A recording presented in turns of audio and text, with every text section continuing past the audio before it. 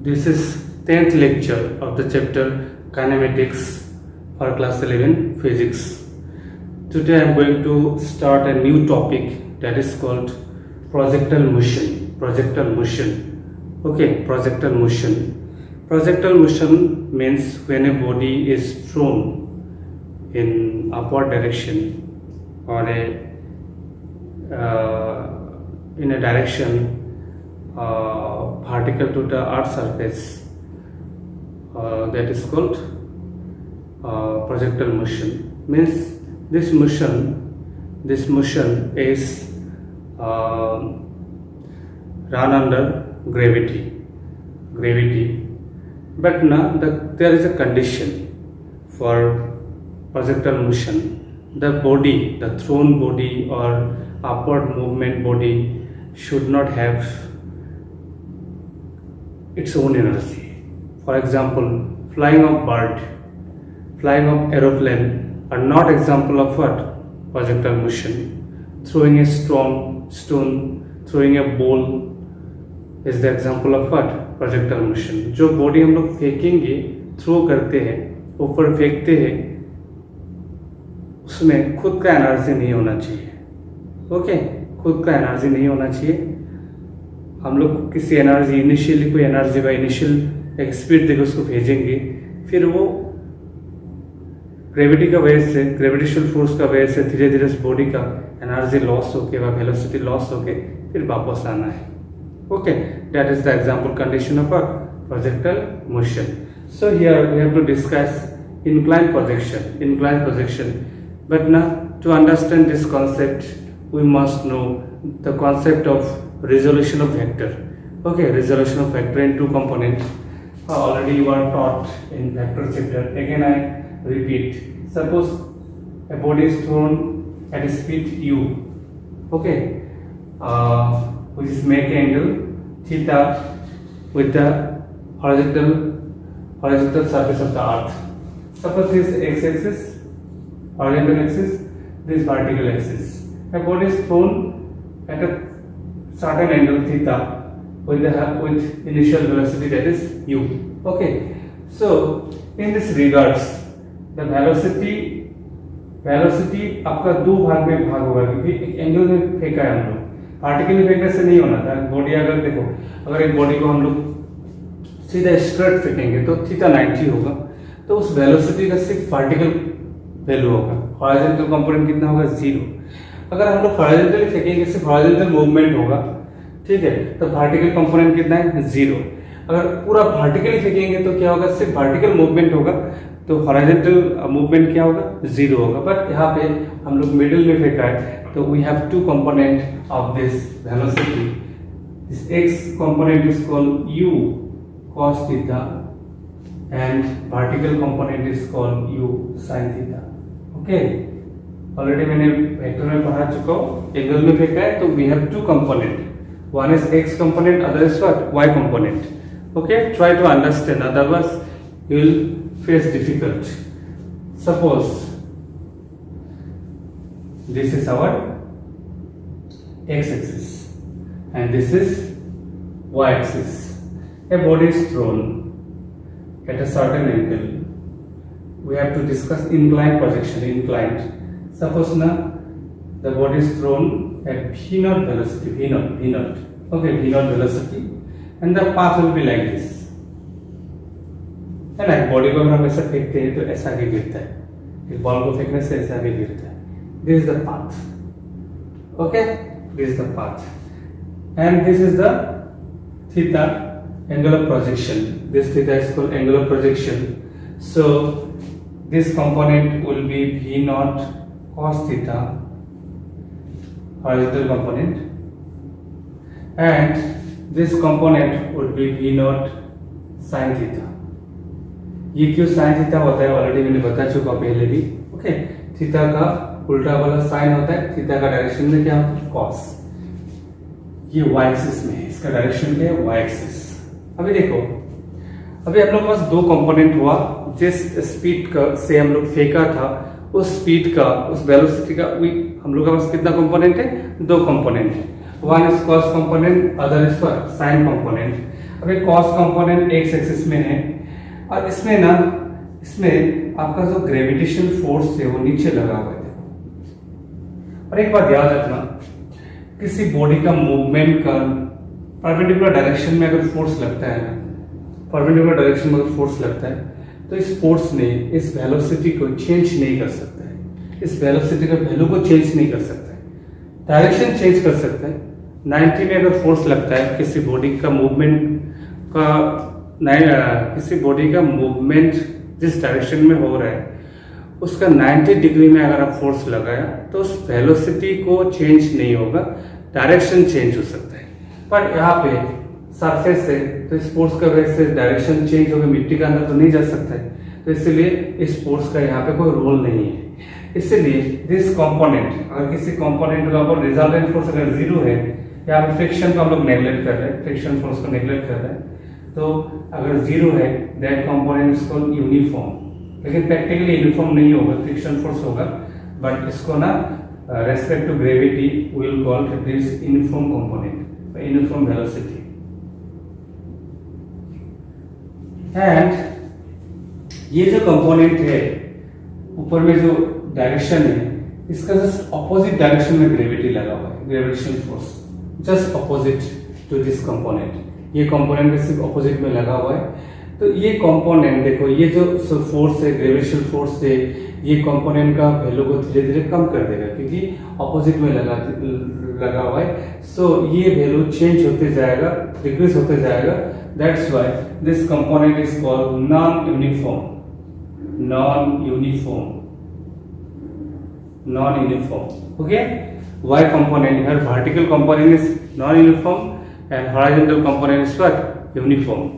Now we have to discuss one important term that is called time of flight. Time of flight. Time of flight means कितना time जो body को हम लोग फेंका है कितना टाइम वो एयर में रहेगा। Time where body is in air, body कितना टाइम एयर में रहेगा, मतलब यहाँ से लेके यहाँ तक कितना टाइम लगता है, that is called time of flight. अभी देखो एक इंपॉर्टेंट पॉइंट है, एक बॉडी को ना हम लोग हॉरिजॉन्टली अगर फेंकते हैं तो बॉडी तो ऊपर आएगा नहीं, तो टाइम ऑफ फ्लाइट कितना होगा, जीरो होगा। यहाँ पे टाइम ऑफ फ्लाइट कितना टाइम तक ऊपर में रहेगा, that is depend on this component. This component is responsible for what, time of flight. Okay, but this component is non uniform, that's why we have to use non-uniform equation. Okay, so non-uniform equation क्या होगा आपका,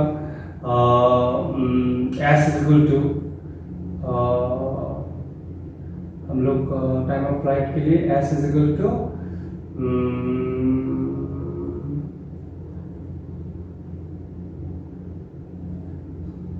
हम लोग के पास से s is equal to ut plus half of at square। Okay, half of at square. अभी देखो कोई बॉडी यहाँ पे था, इनिशियली सरफेस में था, अर्थ सरफेस में था, फिर मूव होकर फिर अर्थ सरफेस में आ गया, तो नेट डिस्प्लेसमेंट कितना होगा, यहाँ पे डिस्प्लेसमेंट होगा आपका सरफेस से कितना हाइट में है, तो नेट डिस्प्लेसमेंट कितना होगा आपका, जीरो। बॉडी सरफेस में था, सरफेस में आ गया। ओके, तो वर्टिकल हाइट, इस केस में ना हम लोग हाइट को डिस्प्लेसमेंट लेंगे, तो हाइट, नेट हाइट क्या होगा, जीरो। सो बॉडी का कौन सा कंपोनेंट का वजह से, क्योंकि कोई भी बॉडी को जब हम लोग ऊपर फेंकते हैं तो फाइनल वेलोसिटी कितना होता है, जीरो होता है। याद रखना, कोई भी वर्टिकल मूवमेंट में ना फाइनल वेलोसिटी हमेशा जीरो होता है, इनिशियल वेलोसिटी मैक्सिमम होता है। So here what is the value of initial velocity, v not sin theta, v not sin theta plus minus होगा, ऊपर जा रहा है, half of gt square. So here we have a time t, so we can write 0 is equal to v naught sin theta minus half of gt। 1t is simplified, t से divide करने से t काटेगा, यहाँ से t cut जाएगा। so we can write half of gt is equal to v naught sin theta। So we have t is equal to twice v naught sin theta by what, g। this is time of flight. This is time of flight. C, G, which is constant. Constant term को आपको नहीं देखना है.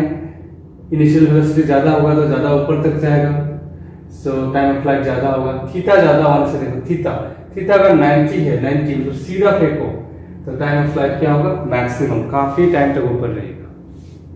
Okay, this is all about what?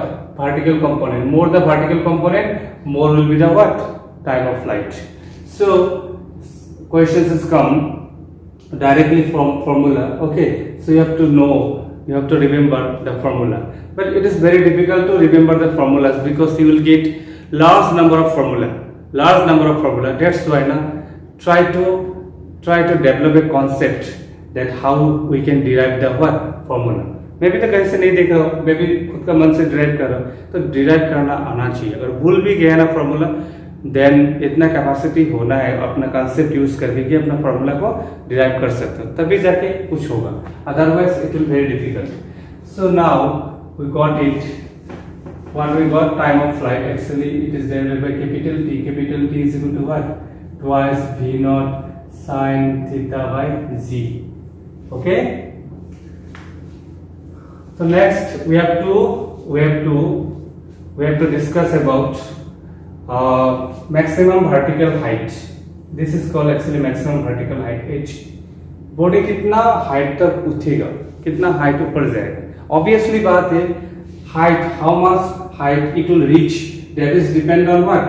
This component, this vertical component. Okay, so we have a formula that is v square is equal to u square plus 2as. See here, when particle movement is there, so final velocity is 0. Initial how much? This one, due to this the body is going upward.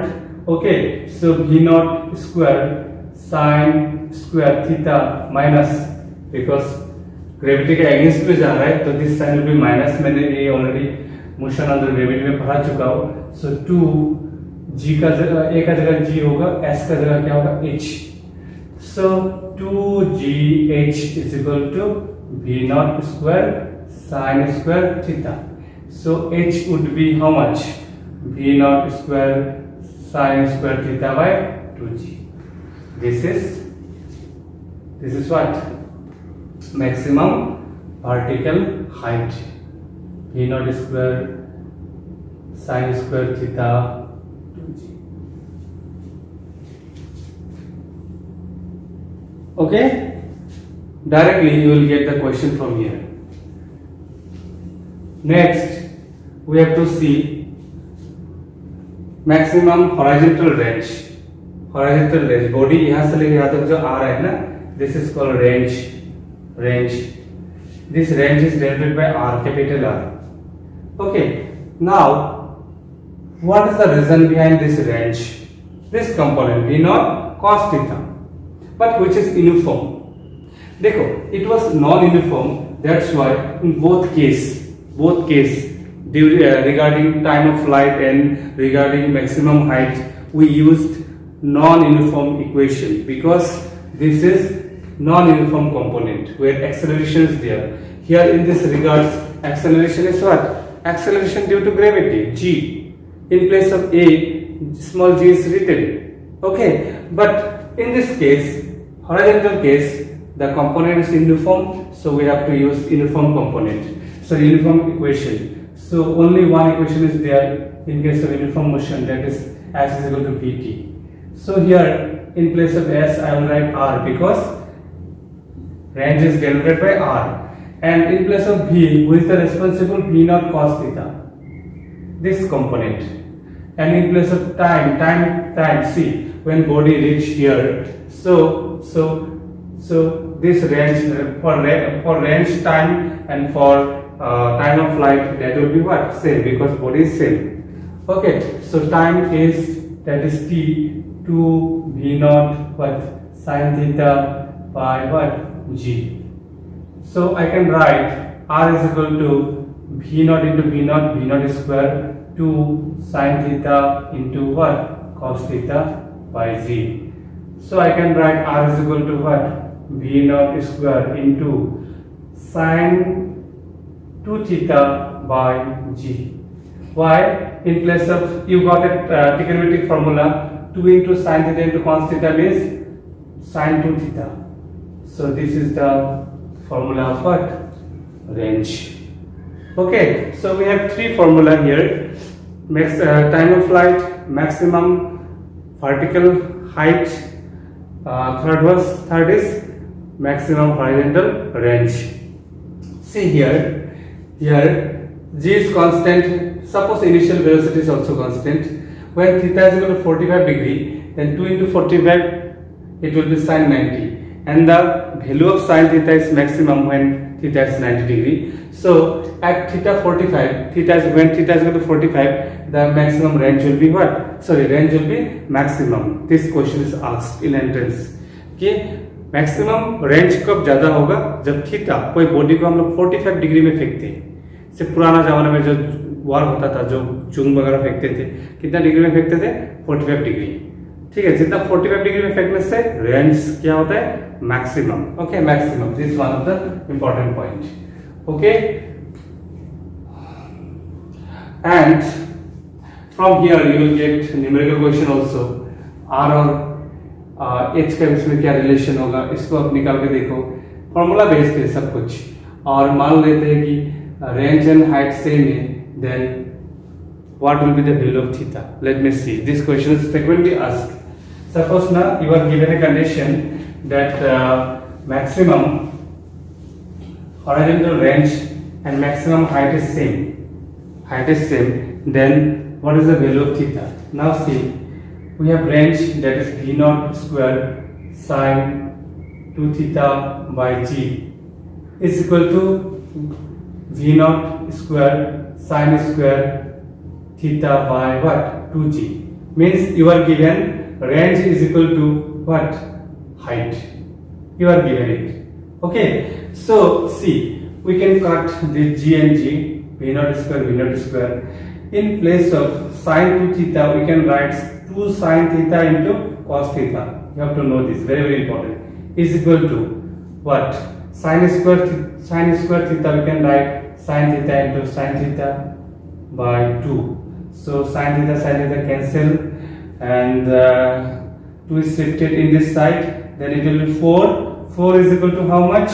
Sin theta by cos theta. So 4 is equal to how much? 10 theta. So theta is equal to 10 inverse 4. Very very important. Okay, this is a question which is frequently come.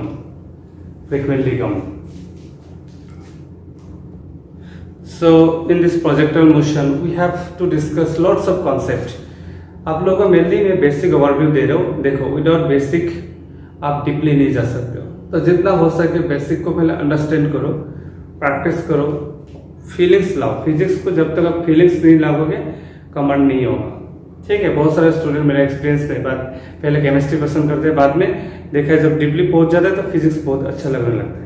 12 का भी ऐसा मैंने बहुत student का भी सुना है कि केमिस्ट्री ज़्यादा फिजिक्स पसंद है, क्योंकि जब समझ जाता है तो फिजिक्स बहुत ईजी हो जाता है, लेकिन नहीं समझोगे तो it is a very tough subject. Okay, so next I am going to discuss about relative motion. देखो, बहुत भास्ट कॉन्सेप्ट है, मैं सिर्फ ओवरव्यू मतलब बेसिक दूंगा. ठीक है, basic concept relative motion. Actually ना हम लोग यूनिवर्स में जो भी मोशन है ना, ऑल मोशन और रिलेटिव. जैसे मान लो कि अभी अर्थ मूवमेंट में है, अर्थ बहुत स्पीड में मूव कर रहा है, लेकिन हम लोगों को नहीं दिखाई दे रहा है. हम लोगों को लग रहा है अर्थ रुका हुआ है, हम लोग का सरफेस रुका हुआ है. क्यों? क्योंकि अर्थ का साथ साथ हम लोग भी मूव कर रहे हैं, है ना. तो एक्चुअली यूनिवर्स में जो भी मोशन है वो रिलेटिव टू अदर है. जैसे एक ट्रेन है, ट्रेन जा रहा है, ट्रेन चल रहा है. अगर ट्रेन में हम लोग बैठा हुआ है, अगर ट्रेन में कोई मूवमेंट, अगर मान लो कि कोई जर्किंग नहीं हो रहा है, तो अगर हम लोग ऐसा फील होता है कि ट्रेन मूव ही नहीं कर रहे हैं. बाहर में जब तक हम लोग नहीं देखते, तो ट्रेन का अंदर मतलब दूसरा आदमी बैठा हुआ है, उसको हम लोग क्या देखेंगे? रेस्ट में देखेंगे. सपोज 2 साइकिल जा रहा है एक ही डायरेक्शन में, एक दूसरे को देखने से क्या रेस्ट में दिखाई देगा, दोनों मूव कर रहे हैं सेम स्पीड में। तो this is all about what, relative motion. देखो यहाँ पे ट्रॉली है, ट्रॉली का मोशन हो रहा है 10 मीटर पर सेकेंड में, ये डायरेक्शन में। ओके, ट्रॉली को हम लोग कंसिडर किया सी इज द ट्रॉली। ट्रॉली के ऊपर एक आदमी है ए, ओके, ट्रॉली के ऊपर बैठा हुआ है, और एक आदमी है बी, ये रेस्ट में है, ऑब्जर्वर है, this observer, B is the observer. ये ऑब्जर्व कर रहे हैं एक ट्रॉली को। पहले मैं ये दोनों का कनेक्शन बताने से पहले मैं ट्रॉली एंड इस आदमी का थोड़ा कहानी बताया था। देखो अभी ये आदमी अगर ट्रॉली को ऑब्जर्व कर रहा है, मतलब ट्रॉली का वेलोसिटी रेस्पेक्ट टू ए आदमी क्या होगा, देखो तो ट्रॉली का वेलोसिटी, ट्रॉली को क्या दिखाई देगा, ट्रॉली को अगर देखेगा ऐसे, ट्रॉली के ऊपर बैठा हुआ है, ट्रॉली 10 मीटर पर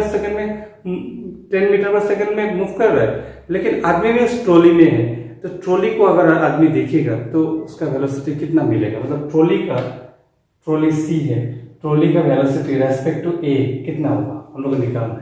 पहले देखो ट्रॉली का वेलोसिटी हम लोग निकालना है रेस्पेक्ट टू ट्रॉली का velocity respect to ground, trolley का velocity respect to ground minus उस आदमी का वेलोसिटी रेस्पेक्ट टू ग्राउंड निकालो। ये सबसे सिंपल तरीका है कंफ्यूज नहीं होने के लिए।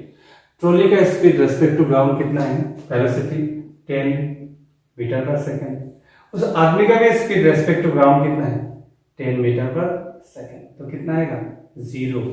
इसका मतलब है ट्रॉली को आदमी ए ने किस में दिखाई देगा, रेस्ट में दिखाई देगा। एक ट्रॉली का स्पीड और आदमी का स्पीड भी क्या है, सेम है, सेम डायरेक्शन में है, सेम हम लोग का अर्थ का भी। हम लोग जो मोशन में है जितना स्पीड होगा अर्थ का भी स्पीड क्या होगा, सेम होगा।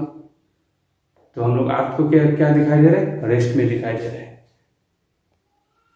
अभी देखो बी अगर ए को ऑब्जर्व कर रहा है तो क्या दिखाई देगा, इसका मतलब velocity of A respect to B ऐसा लिखा जाता है। वेलोसिटी ऑफ ए, इस आदमी का वेलोसिटी बी देख रहा है, बी रेस्पेक्ट टू बी कितना होगा, हमेशा ऐसा लिखना, velocity of A respect to ground, velocity of B respect to ground कितना होगा, velocity of respect to ground 10 metre पर second, velocity of B respect to ground rest में है तो 0 होगा, सो कितना दिखाई देगा 10 मीटर पर सेकेंड। इसका मतलब ट्रॉली के ऊपर जो आदमी है बी अगर ऑब्जर्व कर रहा है, बी ऑब्जर्व कर रहा है, वो दिखेगा वो जा रहा है 10 मीटर पर सेकेंड में, ठीक है। अगर देखो और एक केस में ला दिया कि सेम ट्रॉली में आप बी को भी ला दो, सेम ट्रॉली में बी भी है, बी।